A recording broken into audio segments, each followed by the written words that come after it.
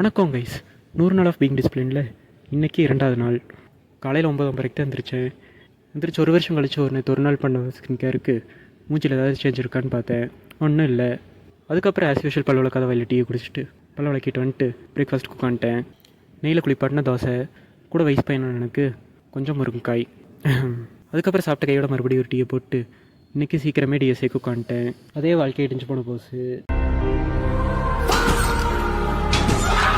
இந்த 100 நாளில் பண்ணுறதுக்கு நம்மளோட மேனிஃபெஸ்டோ என்னென்னா, குறைஞ்சது 200 லீட் கூட அது முடிச்சிருக்கணும். கூட வந்து ஃபிசிக்கில் கொஞ்சமாச்சு அப்டேட் இருக்கணும். அதுக்கப்புறம் இன்னும் 2 நாள் ரேப்பிடோ ஓட்ட போகிறோம். ரேப்பிடோவில் எவ்வளோ முடியுதோ அவ்வளோ பண்ணி காட்ட போகிறோம். அதுக்கப்புறம் கொஞ்சம் வெளியே போயிட்டு வந்துட்டு ஒரு பக்கம் எடிட்டிங் ஒரு பக்கம் சாப்பிட்றதுக்குன்னு அப்படியே உட்காந்துட்டேன். அடிக்கிற சூட்டுக்கு நல்ல தயிர் சாப்பாடு. அதுக்கப்புறம் ஆஸ் யூஷுவல் மதிய பொழுது அப்படியே போச்சு.